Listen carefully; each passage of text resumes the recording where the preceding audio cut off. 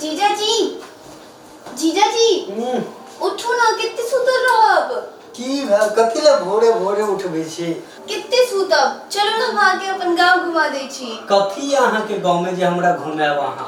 पहले अहाँ जेबै देखबै तहन अहाँ के पता चलत कि हमर गांव में कथी छै। अब चलो चलो जल्दी चलो। ठीक छै चलू चल। देखे छी कथी अहाँ के गांव में। चलो आब जाओ।